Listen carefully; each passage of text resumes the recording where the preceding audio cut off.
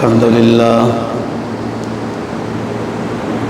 لله وكفى والصلاة والسلام على سيد الرسل وخاتم الأنبياء وعلى آله وأصحابه الذين أوفوا عهدا الذين هم خلاصة العرب العرباء وخير الخلائق بعد الأنبياء. أما بعد فأعوذ بالله من الشيطان الرجيم. بسم الله الرحمن الرحيم. لقد رضي الله عن المؤمنين إذ يبايعونك تحت الشجرة فعلم ما في قلوبهم فأنزل السكينة عليهم فأصابهم فتحا قريبا. قال النبي صلى الله عليه وسلم لكل نبي رفيق ورفيقي في الجنة عثمان. صدق الله العظيم وصدق رسوله النبي الأمي الكريم ونحن على ذلك لمن الشاهدين والشاكرين والحمد لله رب العالمين. 26واں پارہ سورہ فتح کی ایک آیت کریمہ تلاوت کی ہے اور جناب نبی پاک صلی اللہ علیہ وسلم کا ایک فرمان تلاوت کیا ہے جس کو امام ترمذی نے روایت کیا ہے. آیت کریمہ کا مفہوم یہ ہے، اللہ رب العزت فرماتے ہیں لقد رضی اللہ عن المؤمنین اذ یبایعونک تحت الشجرہ. اللہ پاک راضی ہو گیا ان لوگوں سے جو لوگ اے نبی آپ کے ہاتھ پر کیکر کے درخت کے نیچے بیعت کر رہے تھے کہ ہم عثمان غنی رضی اللہ تعالیٰ عنہ کا بدلہ لے کر جائیں گے. لقد رضی اللہ عن المؤمنین اذ یبایعونک تحت الشجرہ. درخت کے نیچے جو آپ کے ہاتھ پر مومنین بیعت کر رہے تھے ان سب مومنین سے اللہ راضی ہو گیا. فعلم ما فی قلوبہم. اللہ پاک ان سب کے دلوں کو جانتے تھے. فانزل السکینۃ علیہم. ان بیعت کرنے والوں کے دلوں پر اطمینان نازل کیا اللہ پاک نے. فاصابہم فتحا قریبا. اور ان قریب ان کو نزدیک والی فتح بھی اللہ پاک عطا کرے گا. ومغانم کثیرۃ یاخذونہا. اور بھی اس فتح میں خوب سے خوب ظاہری لحاظ سے بھی مال غنیمت کے طور پر بھی اللہ نوازے گا. جناب نبی پاک صلی اللہ علیہ وسلم کے فرمان کا مفہوم یہ ہے، آپ نے فرمایا کہ ہر نبی کا کوئی رفیق ہوتا ہے. میرا رفیق جنت میں عثمان غنی رضی اللہ تعالیٰ عنہ. آج کی گزارشات کا مقصد خلیفہ ثالث حضرت عثمان غنی رضی اللہ تعالیٰ عنہ کے مناقب اور فضائل بیان کرنا مقصد ہے. ذی الحجہ کی تاریخ کی مناسبت سے حضرت عثمان غنی رضی اللہ تعالیٰ عنہ کے احوال بیان کیے جاتے ہیں اور ان کو عقیدت و احترام کا سلام پیش کیا جاتا ہے. حضرت عثمان غنی رضی اللہ تعالیٰ عنہ 18 ذی الحجہ سن 35 ہجری کو 40 دن کے محاصرے کے بعد مدینہ طیبہ میں ان کو اپنے گھر میں باغیوں نے شہید کر دیا تھا. آج اتفاق سے 18 ذی الحجہ ہے. حضرت عثمان غنی رضی اللہ تعالیٰ عنہ بہت خوبیوں کے مالک ہیں. سب صحابہ رضی اللہ عنہم اونچے ہیں، شان والے ہیں، مغفور ہیں، بھلے کسی نے ایک دفعہ ہی نبی پاک صلی اللہ علیہ وسلم کو ایمان کی حالت میں دیکھا ہو اور ایمان کی حالت سے دنیا سے رخصت ہو گیا ہو، وہ بھی صحابی ہے، جنتی ہے، اللہ ان سے راضی ہے۔ لیکن صحابہ رضی اللہ عنہم میں آپس میں مخصوص قسم کے فضائل ہیں۔ کچھ فضائل ابو بکر رضی اللہ عنہ کے ہیں جو دوسروں کے نہیں ہیں، کچھ حضرت عمر رضی اللہ تعالیٰ عنہ کے ایسے فضائل ہیں جو دوسروں کے نہیں ہیں، کچھ حضرت عثمان غنی رضی اللہ تعالیٰ عنہ کے ایسے فضائل ہیں جو دوسروں کے نہیں ہیں، کچھ حضرت علی رضی اللہ تعالیٰ عنہ کے ایسے فضائل ہیں جو دوسروں کے نہیں ہیں، اور بھی اسی طرح صحابہ کرام رضی اللہ تعالیٰ عنہ کے آپس میں امتیازی طور پر خاص خاص فضائل کے وہ مالک ہیں۔ لیکن قرآن مجید یہ فرماتا ہے وَكُلًّا وَعَدَ اللَّهُ الْحُسْنَى، وَكُلًّا وَعَدَ اللَّهُ الْحُسْنَى، سارے کے ساروں کے ساتھ اللہ نے جنت کا وعدہ کر رکھا ہے۔ اور لقد رضی اللہ عن المؤمنین میں بھی صحابہ کا ذکر ہے، رضی اللہ عنہم ورضوا عنہ قرآن مجید میں بہت مقام پہ آیا ہے، اس میں بھی صحابہ کا ہی ذکر ہے۔ اولئک هم المفلحون، اولئک هم الصادقون، اولئک هم الراشدون۔ اسی طرح حزب اللہ، اللہ کی جماعت، یہ مختلف القاب قرآن مجید میں بیان ہوئے ہیں اور اس میں حضرات صحابہ رضی اللہ تعالیٰ عنہ مراد ہے۔ محمد الرسول اللہ والذین معہ اشداء علی الکفار رحماء بینہم میں بھی کہ محمد صلی اللہ علیہ وسلم کے ساتھی ایسے ہیں، آپس میں نرم دل مسلمان ہیں اور کافروں کے خلاف سخت ہیں، یہ بھی حضرات صحابہ رضی اللہ عنہ کے مناقب ہیں۔ حضرت عثمان غنی رضی اللہ تعالیٰ عنہ مکی ہیں، قریشی ہیں، آپ صلی اللہ علیہ وسلم کے ساتھ ان کا شجر نسب 5ویں پشت میں جا کے مل جاتا ہے، کہ جس میں 5ویں پشت کے بعد اوپر جو شجر نسب ہے وہ آپ صلی اللہ علیہ وسلم اور حضرت عثمان غنی رضی اللہ عنہ کا ایک ہی ہے۔ آپ کے ساتھ رشتہ داری نبی پاک صلی اللہ علیہ وسلم کے صحابی ہونے کے علاوہ بھی دوہری رشتہ داری ہے۔ سب سے بڑی رشتہ داری نظریاتی رشتہ داری ہوتی ہے، عقیدے کی رشتہ داری ہوتی ہے جو اصل ہے، اور اسی کی بنیاد پر دوسری رشتہ داری بھی فائدہ دیتی ہے۔ اب نسب کی رشتہ داری تو نبی پاک صلی اللہ علیہ وسلم کے ساتھ ابو لہب کی بھی تھی، لیکن اس رشتہ داری نے کوئی فائدہ نہیں دیا ہے ابو لہب کو، کیونکہ وہ ایمان نہیں لایا۔ ان کی دوہری رشتہ داری ہے کہ آپ صلی اللہ علیہ وسلم کے جو والد محترم ہیں حضرت عبداللہ رضی اللہ عنہ،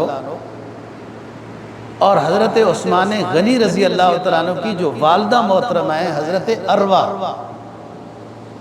حضرت عروہ اور حضرت عبداللہ، یہ دونوں جوڑویں بہن بھائی ہیں حضرت عبد المطلب رضی اللہ تعالیٰ عنہ کے بیٹے اور بیٹی ہیں۔ آپ صلی اللہ علیہ وسلم کے والد حضرت عبداللہ اور حضرت عثمان غنی رضی اللہ تعالیٰ عنہ کی والدہ عروہ، یہ آپ صلی اللہ علیہ وسلم کی پھوپھی ہیں، حضرت عثمان کی والدہ ہیں، اور یہ جوڑویں بہن بھائی ہیں عبداللہ اور عروہ۔ عبداللہ آپ صلی اللہ علیہ وسلم کے والد ہیں، عروہ حضرت عثمان غنی رضی اللہ تعالیٰ عنہ کی والدہ ہیں۔ ایک رشتہ تو یہ ہے کہ آپ کے یہ حقیقی پھوپھی کے بیٹے ہیں۔ دوسرا رشتہ کہ رسول پاک صلی اللہ علیہ وسلم نے ان کو یکے بعد دیگرے 2 بیٹیاں نکاح میں عطا کی۔ پہلے حضرت رقیہ رضی اللہ تعالیٰ عنہ دی ہے، اور پھر ان کی وفات کے بعد دوسری بیٹی حضرت ام کلثوم رضی اللہ تعالیٰ عنہ آپ صلی اللہ علیہ وسلم کی جو ہیں وہ حضرت عثمان غنی رضی اللہ تعالیٰ عنہ کے نکاح میں آئی۔ اسی وجہ سے ان کو لقب دیا گیا ہے ذوالنورین کا، کہ 2 نور نظر لگتے جگر بنت رسول صلی اللہ علیہ وسلم ہیں یہ، اور حضرت عثمان غنی رضی اللہ تعالیٰ عنہ کے نکاح میں آئی ہیں۔ دنیا کی تاریخ میں اسلامی تاریخ نہیں، آدم سے لے کر آخر تک یہ فضیلت صرف حضرت عثمان غنی رضی اللہ تعالیٰ عنہ کو حاصل ہے کہ نبی کی 2 بیٹیاں یا کے بعد دیگرے دنیا میں ایک ہی شخص ہے جس کے نکاح میں آئی ہیں، اور وہ حضرت عثمان غنی رضی اللہ تعالیٰ عنہ۔ حضرت علی رضی اللہ تعالیٰ عنہ کے نکاح میں آپ صلی اللہ علیہ وسلم کی بیٹی آئی، ایک بیٹی ہے حضرت فاطمہ، اور ابو العاص اموی کے نکاح میں رسول پاک صلی اللہ علیہ وسلم کی بیٹی زینب آئی، اور وہ ایک ہی بیٹی ہے جس سے امامہ ہیں وغیرہ۔ تو حضرت عثمان غنی رضی اللہ تعالیٰ عنہ کا لقب ہے ذو النورین کا، کہ نبی پاک صلی اللہ علیہ وسلم کی 2 بیٹیاں ان کے نکاح میں آئی۔ دوسرا ان کا لقب ہے ذو ہجرتین کا۔ یہ جب مسلمان ہوئے تو رسول پاک صلی اللہ علیہ وسلم نے اپنی بیٹی حضرت رقیہ رضی اللہ عنہ ان کے نکاح میں دی، تو اس وقت آپ کی اجازت سے حبشہ کی طرف مسلمان ہجرت کر کے جا رہے تھے۔ تو حضرت عثمان غنی رضی اللہ تعالیٰ عنہ کو بھی سفر کرنا، مالی اخراجات اٹھانا ان کے لیے کوئی مشکل نہیں تھا۔ انہوں نے بھی اجازت چاہی، اور آپ صلی اللہ علیہ وسلم کی بیٹی حضرت رقیہ جو ان کے نکاح میں تھی، یہ دونوں حضرات حبشہ کی طرف ہجرت کر کے چلے گئے۔ جب اور بھی لوگ گئے، حضرت علی رضی اللہ تعالیٰ عنہ کے بھائی حضرت جعفر وغیرہ اور بھی صحابہ کرام رضی اللہ عنہ گئے۔ جب آپ صلی اللہ علیہ وسلم نے مدینہ طیبہ کی طرف ہجرت کی اور حضرت عثمان غنی رضی اللہ تعالیٰ عنہ کو پتہ چلا، تو پھر یہ حبشہ سے مدینہ کی طرف ہجرت کر کے جلدی ہی آ گئے تھے۔ مطلب آپ صلی اللہ علیہ وسلم کے ہجرت کے قیام کے چند مہینے میں ہی یہ مدینہ میں آ گئے تھے۔ حضرت جعفر رضی اللہ تعالیٰ عنہ اور کچھ لوگ یہ مدینہ طیبہ میں سن 9 ہجری میں آئے ہیں، یعنی آپ صلی اللہ علیہ وسلم کو 1-2 مہینے مدینہ میں ہوئے تھے تو عثمان غنی حبشہ سے مدینہ میں پہنچ گئے تھے، لیکن حضرت جعفر آپ کے چچا ابو طالب کے بیٹے وہ 9 سال بعد حبشہ کو چھوڑ کر مدینہ الرسول صلی اللہ علیہ وسلم میں آئے۔ آپ صلی اللہ علیہ وسلم فرماتے تھے کہ سب سے پہلے ہجرت کی سنت پر ابراہیم علیہ السلام اور کچھ پیغمبروں کے بعد ہجرت کی سنت پر میری شریعت میں سب سے پہلے عمل کرنے والے حضرت عثمان غنی رضی اللہ تعالیٰ عنہ۔ ذو النورین کا لقب بھی آپ کو سمجھ آ گیا، ذو ہجرتین کا بھی، کہ ایک ہجرت ان کی حبشہ کی طرف ہے اور ایک ہجرت ان کی مدینہ طیبہ کی طرف ہے۔ حضرت عثمان غنی رضی اللہ تعالیٰ عنہ پہلے اسلام لانے والوں میں سے ہیں، تاجر ہیں۔ حضرت ابوبکر صدیق رضی اللہ تعالیٰ عنہ بھی تاجر ہیں، یہ بڑے لیول کے تاجر تھے۔ حضرت ابوبکر صدیق رضی اللہ تعالیٰ عنہ سب سے پہلے ایمان لانے والوں میں سے ہیں، تو ان کی تبلیغ اور ترغیب سے، جیسے عبد الرحمن بن عوف ہیں رضی اللہ عنہ مسلمان ہوئے، اسی طریقے سے حضرت عثمان غنی رضی اللہ تعالیٰ عنہ بھی حضرت ابوبکر صدیق رضی اللہ تعالیٰ عنہ کی دعوت و تبلیغ سے مسلمان ہوئے۔ حضرت عثمان غنی رضی اللہ تعالیٰ عنہ ایک شریف النفس شخص ہے۔ بعض لوگوں کی فطرت میں تحمل، خاموشی، حیا، بردباری فطرت میں ہوتی ہے، یہ ایسے شخص ہیں، اور سخی مسلمان ہونے سے پہلے بھی زیادہ تھے، اور یہ سمجھتے تھے کہ سخاوت یہ بہت اونچی چیز ہے۔ انہوں نے کبھی بت پرستی نہیں کی، جبکہ اس وقت تو زمانہ جاہلیت تھا، بت پرستی کا عام رواج تھا، اور کبھی شراب نہیں پی، لڑائی جھگڑا نہیں کیا، قتل و قتال نہیں کیا، کسی کو قتل نہیں کیا، زمانہ جاہلیت میں۔ اور اسلام سے پہلے بھی عورتیں اپنے نومولود گودی والے بچوں کو جب لوری دیتی تھی تو یہ کہتی تھی کہ میرے بچے چپ ہو جاؤ، میں تم سے اس طرح پیار کرتی ہوں جیسے مکہ والے عثمان سے پیار کرتے ہیں، کہ وہ اتنے سخی تھے، ہر دل عزیز تھے۔ آپ کو پتہ ہے نا سخی شخص حدیث میں آتا ہے اللہ کے بھی قریب، لوگوں کے بھی قریب، جنت کے بھی قریب۔ لوگوں کے قریب کہ جب لوگوں کا خیال کرتا ہے تو الانسان عبد الاحسان، انسان احسان کا بندہ ہے، دعائیں کرتا ہے جو خیال کرتا ہے، اللہ کے بھی قریب ہے، جنت کے بھی قریب ہے، اور بخیل لوگوں سے بھی دور، مر بھی جائے تو کسی کو کوئی افسوس نہیں۔ سخی وہ ہوتا ہے جو لوگوں پر پیسہ خرچ کرے، سخی وہ نہیں ہوتا جو اپنے اوپر خرچ کرے۔ مسلمان بھی ہو، شہزادہ بھی ہو، مالدار بھی ہو، اور خواہ مخواہ جناب کروڑوں روپیہ ٹکٹ دے کے سمندر کا سیر کرنے جاؤ، وہ جہاز جو گر گیا تھا 111 سال پہلے اس کو دیکھ کے آؤ، یہ سخاوت نہیں ہے، یہ پتہ نہیں کون سی موت ہے، نہ جنازہ نصیب، نہ کفن نصیب، نہ قبر نصیب۔ یہ مالداری ہے جو انسان کو مرتے وقت بھی کوئی فائدہ نہیں دیتا۔ لوگ دوسرا عمرہ کر لیں نا جی تو کہتے کیا ہے، وہ جی غریب کو دے دینا چاہیے، پہلے جو عمرہ کر آئے تھے۔ چلو یہ بات سوچی جا سکتی ہے، لیکن عمرہ کم از کم نیکی کے لیے وہ گیا ہے، یہ کس کے لیے گئے ہیں؟ ان کو نہیں کہہ سکتے ہو کہ یہ پیسہ آپ غریبوں کے اوپر خرچ کریں۔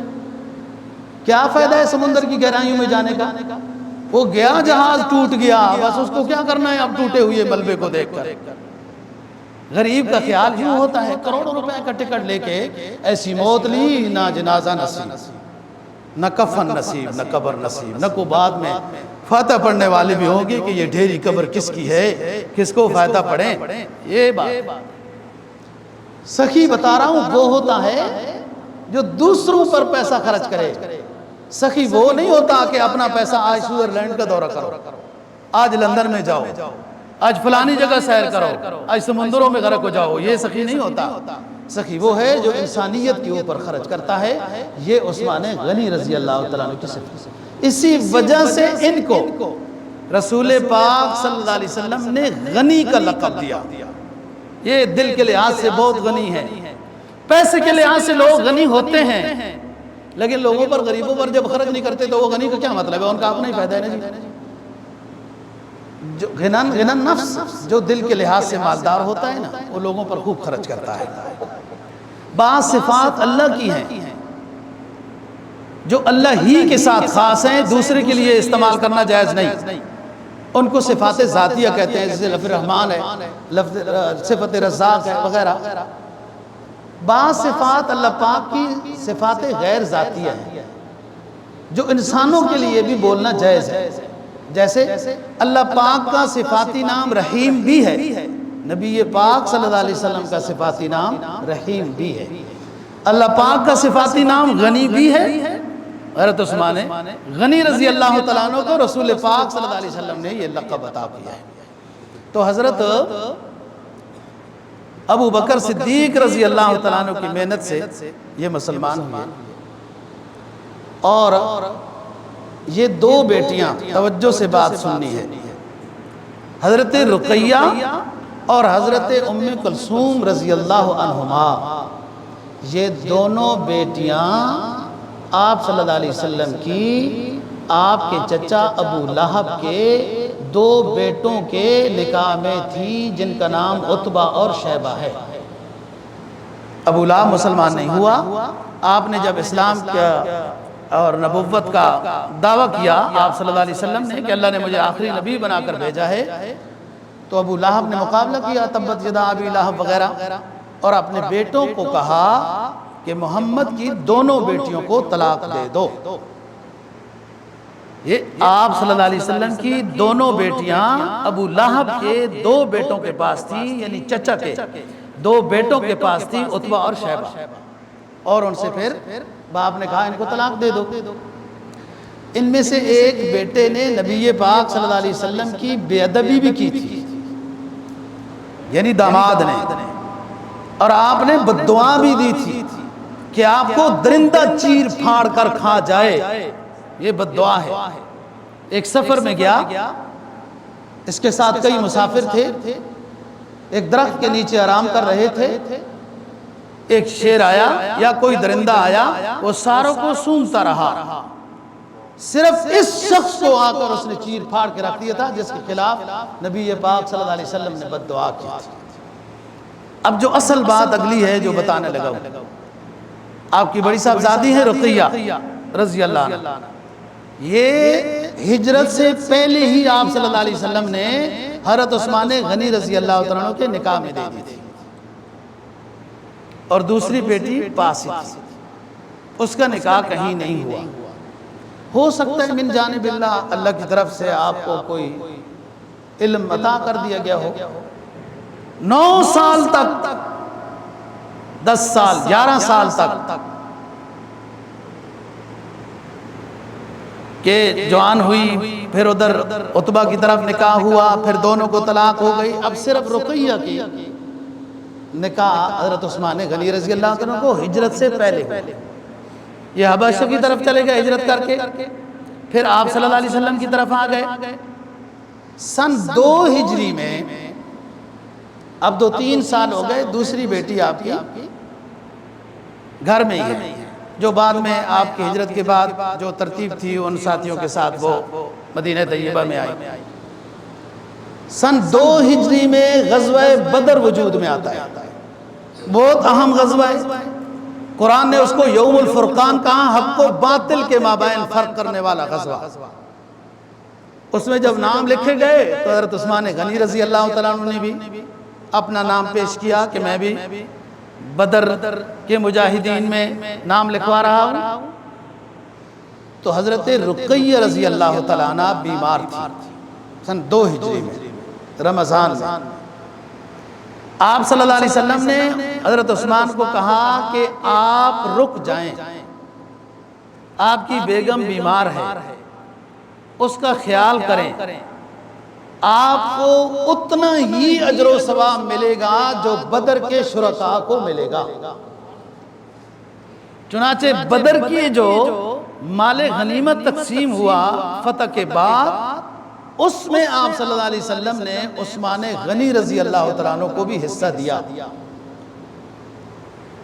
اور ایک تاریخ نہیں، تاریخ اسلام ساری بھری ہوئی ہے، احادیث کی کتابیں سارے ان واقعات کو بیان کرتی ہیں کہ بدر کے مال غنیمت میں نبی پاک صلی اللہ علیہ وسلم نے عثمان غنی رضی اللہ تعالیٰ عنہ کو بھی حصہ دیا، جبکہ وہ بدر میں شریک نہیں تھے۔ آپ فرما گئے تھے کہ آپ ادھر رہیں، آپ کو وہی اجر ملے گا جو مجاہدین بدر کو ملے گا۔ تو یہ سارے پڑوسی ان حدیثوں کو چھوڑ گئے، ان کے ورقوں کو الٹ دیا۔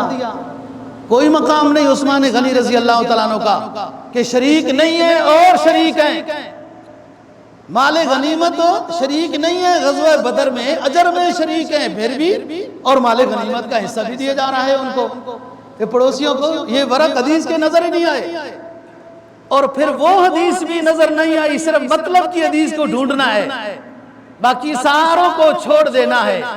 وہ حدیث بھی نظر نہیں آئی کہ سارے 313 کے لگ بھگ حضرات صحابہ نام لکھوا رہے ہیں، جدھر وہ خلافت عثمانیہ کا ریلوے اسٹیشن تھا وہاں اس میدان میں، اور آپ ان ساروں کے سامنے عثمان غنی کو یہ فرما رہے ہیں کہ بیٹے آپ مدینہ میں ہی رہو، آپ مدینہ میں ہی رہو، اپنی بیگم کی تیمارداری کرو، وہی اجر تمہیں ملے گا۔ یہ حدیث بھی پڑوسیوں کو نظر نہیں آئی۔ عثمان غنی رضی اللہ تعالیٰ عنہ کا مقام ہے، کیوں؟ اس لیے کہ نبی کی 4 بیٹیاں ماننی پڑیں گی۔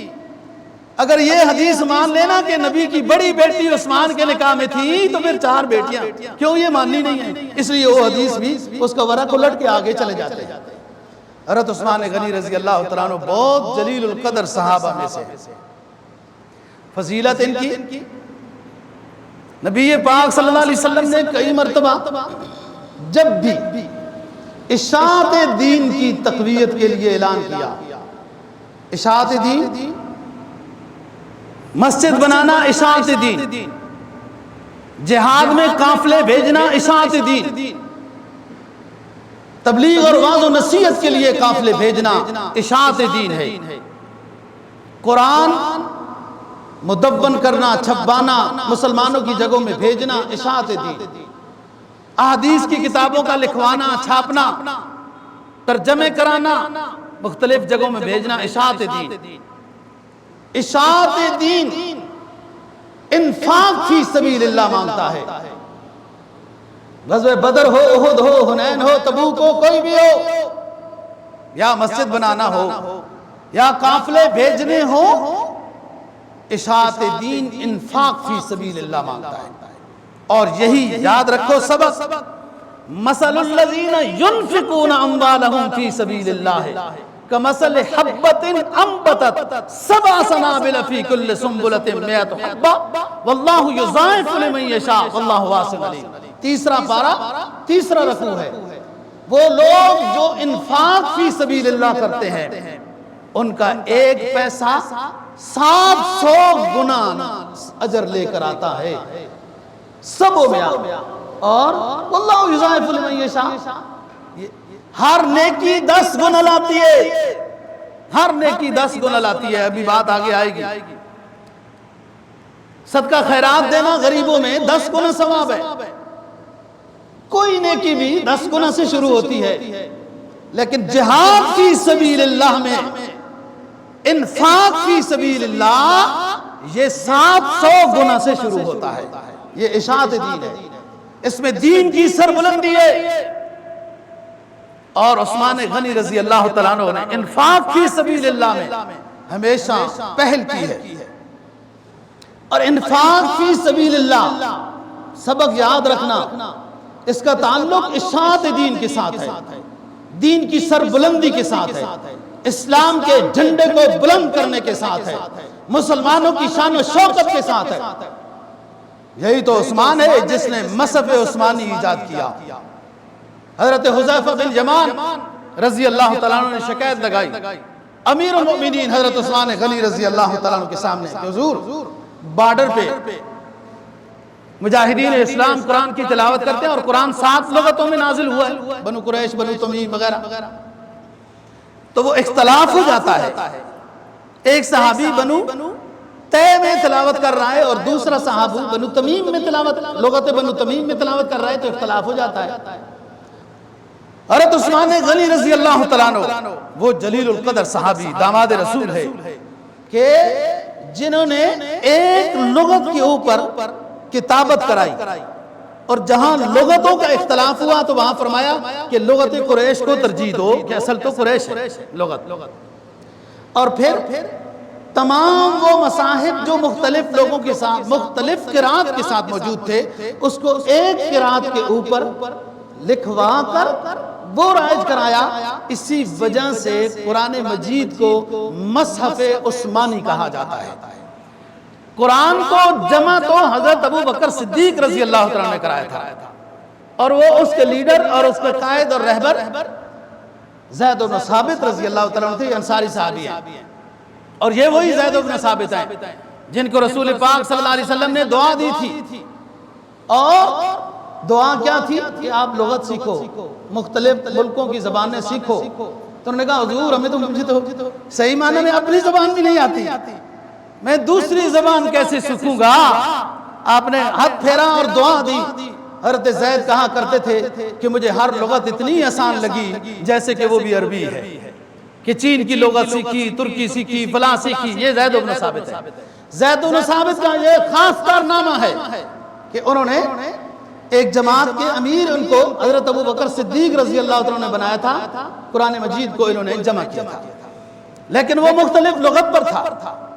ایک لغت کے اوپر اس کی جب کتابت کرائی گئی وہ عثمان غنی رضی اللہ تعالیٰ عنہ ہے، اور اس کو مصحف عثمانی کہا جاتا ہے، مصحف عثمانی کہا جاتا ہے۔ اور یہ وہی مصحف عثمانی ہے کہ ان کو 3 چیزیں ان کو بہت پسند تھی۔ حبب الیہ من الدنیا ثلاث، تلاوت القرآن، کسوت العریان، اطعام الجیعان۔ حضرت عثمان غنی رضی اللہ عنہ کو 3 چیزیں بہت پسند تھیں۔ جن کے کپڑے نہیں ان کو کپڑے پہنانا پسند تھے، جن کے پاس کھانا نہ ہو کھانا کھلانا پسند تھا، اور تلاوت قرآن مجید ان کو بہت پسند تھی۔ یہی وجہ ہوئی جس کے ساتھ محبت ہو اسی کے ساتھ ہی حشر ہوتا ہے۔ یہ قرآن مجید کی تلاوت کر رہے تھے جب باغی ان کے گھر میں پھلانگ کر آ گئے تھے، اور قرآن مجید میں پہلے پارے کا آخری صفحہ آپ جب کھولیں گے وہاں قرآن مجید کی ایک آیت نظر آئے گی، فَسَيَكْفِيكَهُمُ اللَّهُ وَهُوَ السَّمِيعُ الْعَلِيمُ، فَسَيَكْفِيكَهُمُ اللَّهُ وَهُوَ السَّمِيعُ الْعَلِيمُ۔ ترجمہ بھی اتفاق سے وہ موقع کے لحاظ سے بڑا مناسب ہوا کہ اللہ ان کے مقابلے میں تمہارے لیے کافی ہے، اور اللہ سن رہا ہے، جانتا ہے۔ اس آیت پر حضرت عثمان غنی رضی اللہ تعالیٰ عنہ کے خون کے قطرے بھی لگے ہوئے ہیں۔ یہ قرآن مجید تاریخی ادوار کے لحاظ سے کبھی مدینہ میں کبھی استنبول میں، آج کل یہ جو ریاستیں آزاد ہوئی ہیں ان کے پاس ہے قرآن مجید، یہ مصحف جس کے اوپر تلاوت کی جا رہی تھی، اور قطرے گرے حضرت عثمان غنی رضی اللہ تعالیٰ عنہ کے خون کے۔ بعض علماء تاریخ نے بڑی عجیب باتیں لکھی ہیں کہ زمین بھی گواہی دیتی ہے نا جی، انسان کے لیے گواہی دے گی کہ یہاں نیکی ہوئی، یہاں گناہ ہوا۔ کبھی فضا بھی گواہی دے گی حق میں یا خلاف، کسی کا تیر و کمان بھی گواہی دے گا، کہیں احد و بدر گواہی دیں گے، اور عثمان کی عظیم شان ہے کہ اس کی شہادت کی گواہی قرآن مجید دے گا۔ اللہ کا کلام حضرت عثمان غنی رضی اللہ تعالیٰ عنہ کی شہادت کی گواہی، اور وہ آج تک محفوظ ہے، اور اس کے اوپر ماشاءاللہ بڑے انجینئر ڈاکٹر اس میوزیم پر مقرر ہیں، اور وہ خاص آکسیجن، خاص نمی، خاص حرارت وہ ہر وقت دیتے ہیں تاکہ یہ اوراق اسی طرح ہی زندہ و جاوید رہیں جیسے عثمان غنی رضی اللہ تعالیٰ عنہ کی شہادت کے وقت ان اوراق نے حضرت عثمان کے خون کو اپنے پاس امانتاً لے رکھا ہے، قیامت کے دن تک یہ قرآن اسی طرح رہے، اس کے اوپر بہت مقرر ہے۔ بہرحال یہ خادم ہیں مسلمانوں کے، یہ خادم ہیں حضرت عثمان غنی رضی اللہ تعالیٰ عنہ نبی پاک صلی اللہ علیہ وسلم کے، یہ خادم ہیں قرآن مجید کے، کہ مصحف کو انہوں نے ایک لغت پر امت کو متفق کیا، اور عثمان غنی رضی اللہ تعالیٰ عنہ کئی خوبیوں کے ساتھ، میں صرف درمیان میں ایک ضمناً بات کرنا چاہتا ہوں کہ کفر آئے دن اس کو قرآن کی بے ادبی کرنے کی جرت کیوں ہوتی ہے؟ انہوں نے قرآن کی بے ادبی کر دی، ورق جلا دیے، پاؤں میں رون دیے، کیا سے کیا کر دیا۔ کبھی سید دو جہاں نبی کائنات خاتم النبیین صلی اللہ علیہ وسلم کی بے ادبی کر دی، اور یہ 2 ارب کے لگ بھگ مسلمان، لاکھوں کی فوج رکھنے والے مسلمان، بڑا اسلحہ میزائل اور ایٹم بم رکھنے والے مسلمان، یہ اپنی بنیادی 2 عقیدے والی چیزوں کا احترام نہیں کر سکتے، اللہ اور اللہ کے رسول کا احترام نہیں کر سکتے، قرآن اور نبی کا احترام نہیں کر سکتے۔ بس صرف ہم نے اتنا سیکھا ہے، اور ہمیں اتنا ہی جمہوریت نے بتایا ہے کہ کوئی گستاخی کر دے، کوئی قرآن کو پھاڑ دے، جلا دے، رون دے، یا نبی کے خاکے بنائے گستاخی کرے، اور تم اپنے ملک میں ریلی نکالو، جلوس نکالو، فلاں کر دو، بس یہ حق ادا ہو گیا۔ یہ حق ادا نہیں ہوتا۔ قرآن کی عظمت و احترام کرنا امت مسلمہ پر فرض عین ہے۔ سنو مسئلہ، مسلمانوں کا قافلہ، مجاہدین کا قافلہ جہاد کرنے کے لیے نکلے، سامنے میں مقابلہ کفار کے ساتھ ہو، اور خطرہ ہے کہ کافر غالب آ جائیں گے، تو ایسے موقع پر مسلمان مجاہدین کو قرآن مجید ساتھ لے جانے کی اجازت نہیں ہے کہ کہیں ایسا نہ ہو تم مغلوب ہو جاؤ، کفر غالب آ جائے، تمہاری کتاب اللہ کی کلام اس کے قبضے میں آئے، اور کہیں وہ بے ادبی نہ کر دے۔ اس حد تک قرآن کا احترام واجب ہے۔ اور ہمارے مسلمان بادشاہ، مسلمان عوام، مسلمان فوج، بس وہ ایک مردہ سی ہماری اور چیز بھی ہے، وہ کیا اسلامی سربراہی کانفرنس، وہ استری کر کے کاٹن کے کپڑے میری طرح پگڑی کے بجائے رومال لگا کر بیٹھ جاتے ہیں اور احتجاجی دستاویز جی وہ قرارداد منظور ہو گئی، اسلام کا حق ادا ہو گیا۔ کیا بات ہے جی، اسلام کا حق گستاخ رسول کا، گستاخ قرآن کا یہ نہیں ہے۔ اور ہمارے بادشاہ، مسلمانوں کے سارے بادشاہ جب دنیا میں مختلف کفر ملکوں میں جاتے ہیں، ان کو پتہ ہی نہیں ہے سنت کیا طریقہ ہے دوسرے ملک میں جانے کا۔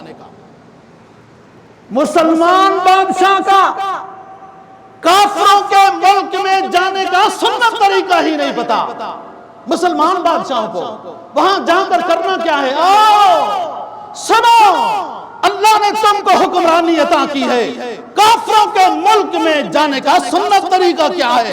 کسی بوریا نشین سے ہی سیکھ لیتے، اپنے ساتھ کوئی مولوی تو رکھ لو، وہ بغیر تنخواہ کے تم کو مل جائیں گے، تمہیں سنت طریقہ تو بتائیں گے۔ حضرات صحابہ رضی اللہ عنہ کے دور میں، آپ کے دور میں مختلف قافلے بھی بھیجے گئے مختلف ملکوں میں، کافروں کے ملک میں۔ سنت طریقہ یہ ہے کہ مسلمان بادشاہ جب کافروں کے ملک میں جائے تو سب سے پہلے ان کو دعوت اسلام دے۔ تعالوا الی کلمۃ سواء بیننا و بینکم الا نعبد الا اللہ ولا نشرک بہ، آؤ اللہ وحدہ لا شریک ذات کو ماننے والے بن جاؤ، آخری پیغمبر کو ماننے والے بن جاؤ، کامیاب ہو جاؤ گے۔ یہ سنت طریقہ ہے، بادشاہوں کی ذمہ داری ہے۔ خلفائے راشدین کے قافلے جہاں پہنچے پہلے دعوت اسلام دی۔ نبی پاک صلی اللہ علیہ وسلم نے مدینہ طیبہ میں بیٹھ کر جو خطوط لکھے بادشاہوں کو، ان کو دعوت اسلام دی۔ اور یہاں تو جو بادشاہ کفر کے بادشاہوں سے جا کے ملتا ہے، اقتصادی معاشی قرضہ، اقتصادی معاشی قرضہ، اقتصادی معاشی قرضہ۔ تمہارے گھرانے محمد صلی اللہ علیہ وسلم کے گھرانے سے اونچے نہیں، وہ جو سید دو جہاں ہے، خاتم الانبیاء ہے، امام الانبیاء ہے، اس کے گھر میں کئی دن چولہا نہ جلے تو خدا برداشت کر لے، تمہارے گھر میں ایک دن بھی چولہا نہ جلے تم برداشت نہیں کر سکتے ہو۔ قرضوں کی مد میں دب کر انسان پھر غلام ہی بن کے رہتا ہے، پھر وہ حق اور دعوت اسلام کیسے دے گا؟ اسلام کے حکمران، مسلمانوں کے حکمران کی یہ ذمہ داری ہے، ادھر جائیں پہلے دعوت اسلام دیں۔ تم جمال الدین ناصر کو کچھ کہتے رہتے ہو سکتا ہے غلطیاں، کوئی مشکل نہیں ہے، کوئی غلطیوں سے پاک نہیں ہے، اللہ سبحان ہے، اس کے پیغمبر معصوم ہیں، صحابہ مغفور ہیں، اور کوئی غلطیوں سے پاک نہیں ہے۔ لیکن وہ جمال الدین ناصر مصر کا بادشاہ جس نے روس کی اسمبلی میں غالباً اس وقت گورباچوف، مجھے نہیں ان کے نام آتے، ویسے میری زبان سے انگلش ادا ہوتی ہی نہیں ہے، وہ کچھ اور ہی ادا ہو جاتا ہے، تو پتہ نہیں اس وقت گورباچوف یا کیا تھا، اس کو بھی بڑا غرور تھا اپنے سپر پاور پر، اور چند ملاؤں نے اس کی سپر پاور کو تباہ و برباد کر کے رکھ دیا۔ وہ روس کی اسمبلی میں، کفر کی اسمبلی میں جمال الدین ناصر نے قاری عبدالباسط رحمہ اللہ تعالیٰ کی تلاوت کرائی تھی، اس کو تو کچھ نہیں ہوا تھا۔ جنرل ضیاء الحق مرحوم، اللہ اس کی قبر پہ کروڑوں رحمتیں کرے، وہ اقوام متحدہ کی اسمبلی کے اندر خطبہ حجۃ الوداع پڑھ کر سنا رہا ہے، اس کو تو کچھ نہیں ہوا، اگر دنیا سے چلا گیا تو چاند صاحب نے بھی ہے۔ وہ دبئی میں وہ ظالم جو ایڑیاں رگڑ کر دنیا چھوڑ گئے، تو ایک شہید ہو کر جہاز میں اڑ گیا تو کیا فرق ہے، چلے تو جانا ہی ہے، لیکن پوری دنیا کو خطبہ حجۃ الوداع ایک وقت میں جنرل ضیاء الحق مرحوم نے سنا دیا تھا کہ میرے پیغمبر کا پیغام یہ ہے کہ مظلوم کا خیال کرو، ظلم نہ کرو، اور کوئی فرق نہیں ہے گورے کا کالے کا، کوئی فرق نہیں ہے عرب کا عجم کا، کوئی فرق نہیں ہے مالدار کا غریب کا، کوئی فرق نہیں ہے کہ ہم ادھر کے تم ادھر کے، سب ایک ہیں، مسلمان تو ویسے بھی ایک ہے۔ تو بات یہ دوستو، وہ بے ادبی کرے، ہم نے ریلی نکال لی، اپنے کاروبار بند کیے، اپنے روڈ بلاک کیے، اور بعض شرپسند درمیان میں جو آ جاتے ہیں اپنی املاک کو جلا بھی دیتے ہیں، ان کا کیا نقصان ہوا؟ صحیح معنی میں جب اسلامی شعائر کی بے ادبی ہو تو اس وقت اسلامی فوج کو اٹھنا ہوتا ہے، اسلامی نوجوانوں کو اٹھنا ہوتا ہے، اور ایسے بے ادبوں کو سزائے قتل ہے۔ جو نبی کی گستاخی کریں، جو قرآن کی بے ادبی کریں، جو کبھی اللہ کی بے ادبی کریں، ان کی سزائے موت ہوتی ہے۔ یہ ذرا اچھے انداز میں قرارداد منظور کرنی ہوتی ہے، ورنہ ہم یہ کریں گے اگر تم اس کو سزا نہیں دیتے، آئندہ کے لیے ایسا قانون بناؤ۔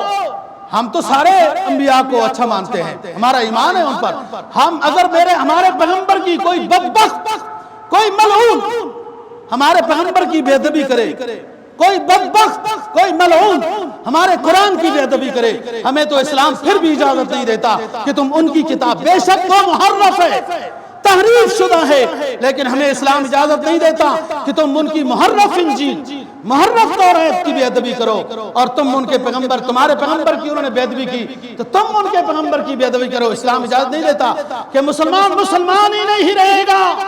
جب عیسیٰ علیہ السلام، موسیٰ علیہ السلام، داؤد علیہ السلام، زبور، دیگر پیغمبروں میں کسی پیغمبر کی اگر کسی مسلمان نے گستاخی کر دی، وہ مسلمان نہیں رہے گا۔ تو ہمیں تو حکم ہے یہ، لیکن بات یہ دوستو، گستاخ کا صرف یہ حق ادا نہیں کہ ریلی نکال لی، اسمبلی میں بل پاس کر لیا، اور اسلامی سربراہی کانفرنس والوں نے قرارداد پیش کر دی، نہیں، دو ٹوک کفر کی زبان جو استعمال ہوئی انہوں نے، جس طرح بے ادبی کی، جس طرح وہ دندنایا، حد درمی کی، اسی طرح کی قرارداد ہونی چاہیے، تنبیہ ہونی چاہیے، دھمکی ہونی چاہیے، اور ہر ملک اپنے ملک میں قانون بنائے کہ کسی کی آسمانی کتاب اور کسی پیغمبر کی کوئی بے ادبی کرے اس کی سزا مقرر ہو، تب، نہیں تو پھر جہاد کب کرو گے؟ یہ حق ہے ہمارا۔ صرف ہم نے بات کر لی، تذکرہ کر لیا، بس سن لیا، یہ نبی کا بھی ادب ہو گیا، اللہ کا بھی ہو گیا، قرآن کا بھی ہو گیا، اسلام کے سارے شعائر کا حق بھی ادا ہو گیا، ایسا نہیں ہے، نہ ایسا اسلاف میں ہوا ہے۔ اپنی تاریخ پڑھو، نبی پاک صلی اللہ علیہ وسلم کی 10 سالہ مدینہ کی زندگی پڑھو، پھر آپ کے 20 غزوات پڑھو جو جہاد ہوا کفار کے خلاف، حضرات صحابہ رضی اللہ عنہ کو پڑھو، ان کے جہاد پڑھو، کن کے خلاف ہوئے، کیوں ہوئے، اور اپنے اسلاف کو بھول گئے؟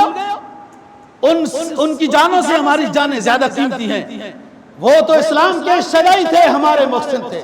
ایک بڑے صاحب دل نے بڑی عجیب بات کہہ دی، فرمایا کسی غم گسار کی محنتوں کا یہ خوب میں نے سلا دیا، کسی غم گسار کی محنتوں کا یہ خوب میں نے سلا دیا، جو میرے غم میں گھلا رہا اسے میں نے دل سے بھلا دیا، جو جمال روئے حیات تھا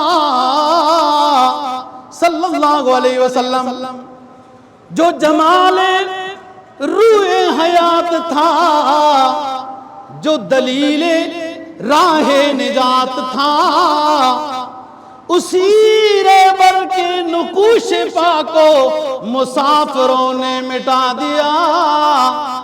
ہم مسافر ہیں، کن دنیا کأنک غریب و عابر سبیل، او مسلمانوں دنیا میں ایسے رہو جیسے ایک مسافر رہتا ہے، راہ گزر رہتا ہے۔ ساری دنیا کے رہنے والے مسافر، ان مسافروں نے اپنے اوپر نبی کا اسوہ حسنہ نہیں لایا، اپنی زندگی میں تعلیمات اسلام نہیں لائی، کفار کو دعوت اسلام نہیں دی، آج وہ گستاخیاں کر رہے ہیں، اور مسلمان عملاً اپنے نبی کے اسوہ کی گستاخی کر رہا ہے۔ انہوں نے قرآن کے اوپر پاؤں رکھے قرآن کے اور آنکھ کو روندا، جس کو ساری دنیا گستاخ کہہ رہی ہے، لعنتی کہہ رہی ہے، ملعون کہہ رہی ہے، بے شک وہ ملعون ہی ملعون ہے۔ اللہ اس بدبخت کو اور اس جیسے سارے بدبختوں کو دنیا میں بھی تباہ و برباد کرے، آخرت میں جہنم کا ایندھن بنائے۔ لیکن یہ تو کہہ رہے ہو مسلمانوں، میری بات دل کی کھڑکیوں کو کھول دو، اپنے دل کی زنجیروں کو کھول دو، سنو، جس نے قرآن کے اوپر پاؤں رکھے وہ تو ملعون قرار ہوا، وہ تو لعنتی ہوا، وہ تو جہنمی ہوا، بے شک جہنمی ہے۔ اور جنہوں نے قرآن حدیث، مسلمانوں نے قرآن و حدیث پر عمل نہیں کیا، وہ کون سے جنت الفردوس والے ہیں؟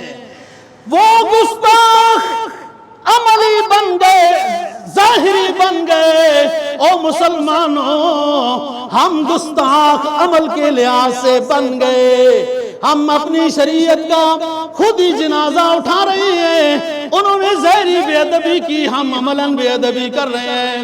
واپس آؤ، سنو، کسی غم گسار کی محنتوں کا یہ خوب میں نے سلا دیا، جو میرے غم میں گھلا رہا اسے میں نے دل سے بھلا دیا۔ جو جمال روح حیات تھا، جو دلیل راہ نجات تھا، اسی رہبر کے نقوش پا کو مسافروں نے جلا مٹا دیا۔ اسی رہبر کے نقوش پا کو مسافروں نے مٹا دیا۔ تیرے روزے کی جالیوں کی مدحتوں میں گم رہا، بے شک یہ بھی ثواب، تیرے روزے کی جالیوں کی مدحتوں میں گم رہا، مگر تیرے شہر کے چمن میں دشمنوں نے تیرے شہر کے چمن میں خزاں کا جال بچھا دیا۔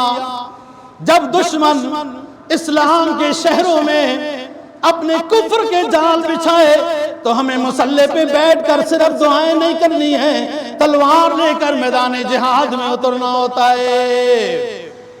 تیرے حسن خلق کی اکرمت، اے نبی، تیرے حسن خلق کی اکرمت میری زندگی میں نہ مل سکی۔ میری تجارت میں جھوٹ، میرے دفتر میں گڑبڑ، میرے معاملات میں رشوت، میرے کاروبار میں سود، میرے گھر میں طرح طرح کی خرافات، یہ سب نبی کی سنتوں کے جنازے ہیں۔ تیرے حسن خلق کی اکرمت میری زندگی میں نہ مل سکی۔ میں اسی میں خوش ہوں کہ شہر کے در و بام کو سجا دیا۔ میں اسی میں خوش ہوں کہ شہر کے محراب کے، مسجدوں کے منبر کے در و بام کو سجا دیا۔ توجہ سے آخری شعر، خاص توجہ سے، اور اللہ سے ایمانی جذبہ مانگو۔ تیرے احد و بدر کے باب کے، بدر میں سید دو جہاں صلی اللہ علیہ وسلم روتے ہیں، اے اللہ میں تھوڑی سی جماعت لے کر میدان بدر میں لے آیا ہوں، اے میرے رب میں تھوڑی سی جماعت میدان بدر میں لے آیا ہوں، ان کی حفاظت کرنا، اگر یہ مٹ گئے تو دنیا میں تیرا توحید کا نام لینے والا کوئی نہیں رہے گا۔ روتے ہیں، لمبی لمبی دعائیں کرتے ہیں۔ حضرت ابوبکر صدیق رضی اللہ تعالیٰ عنہ آ گئے، عرض کیا اے میرے محبوب پیغمبر، دعائیں بہت ہو گئی، اللہ مدد کرے گا، اتنے پریشان نہ ہو کہ یہیں آپ اپنے آپ کو ہلاکت میں نہ ڈال دیں۔ تیرے احد و بدر کے، او جاؤ غزوہ احد میں جہاں سید شہداء حضرت حمزہ رضی اللہ تعالیٰ عنہ آرام کر رہے ہیں، نبی کا چچا ہے اور نبی کا دودھ شریک بھائی بھی ہے حضرت حمزہ۔ 70 کے لگ بھگ حضرت صحابہ شہید ہو گئے، کفن نصیب نہیں تھا، قبر ایک بنائی گئی، نبی کے دندان مبارک شہید ہو گئے، نبی کو بچانے والے، نبی کے سامنے سدے سکندری بننے والے اپنے جسموں پر سینکڑوں زخم لے گئے۔ یہ بدر کو بھول گئے ہو، احد کو بھول گئے ہو، ادھر آؤ، تیرے احد و بدر کے باب کے میں ورق الٹ کر گزر گیا، مجھے یہ سیرت نظر نہیں آئی۔ مولوی صاحب کو بھی سیرت وہ نظر آئی جس میں فرنی ہو، جس میں حلوہ ہو، جس میں بریانی اچھی ہو، اور یہی آپ کو بھی سکھایا گیا ہے کہ بس ختم شریف کرایا کرو، فرنیاں مٹھائیاں کرایا کرو، یہی سنت ہے۔ اور یہ سنت بھی مولوی صاحب ضرور سنت ہے عمل کیا کر، تیرا حلوہ منع نہیں کرتے ہیں، لیکن ادھر بھی آ، تیرے احد و بدر کے باب کے میں ورق الٹ کر گزر گیا، مجھے صرف تیری حکایتوں کے روایتوں میں مزہ ہوا۔ دوستو بات ہماری ابھی باقی ہے، انشاءاللہ اگلے جمعے کو کریں گے۔ اللہ تعالی ہمیں صحیح معنی میں ایمانی حمیت، اسلامی غیرت نصیب فرمائے۔ میرا کہنا آپ کا سننا اللہ قبول و منظور فرمائے۔ وآخر دعوانا الحمدللہ۔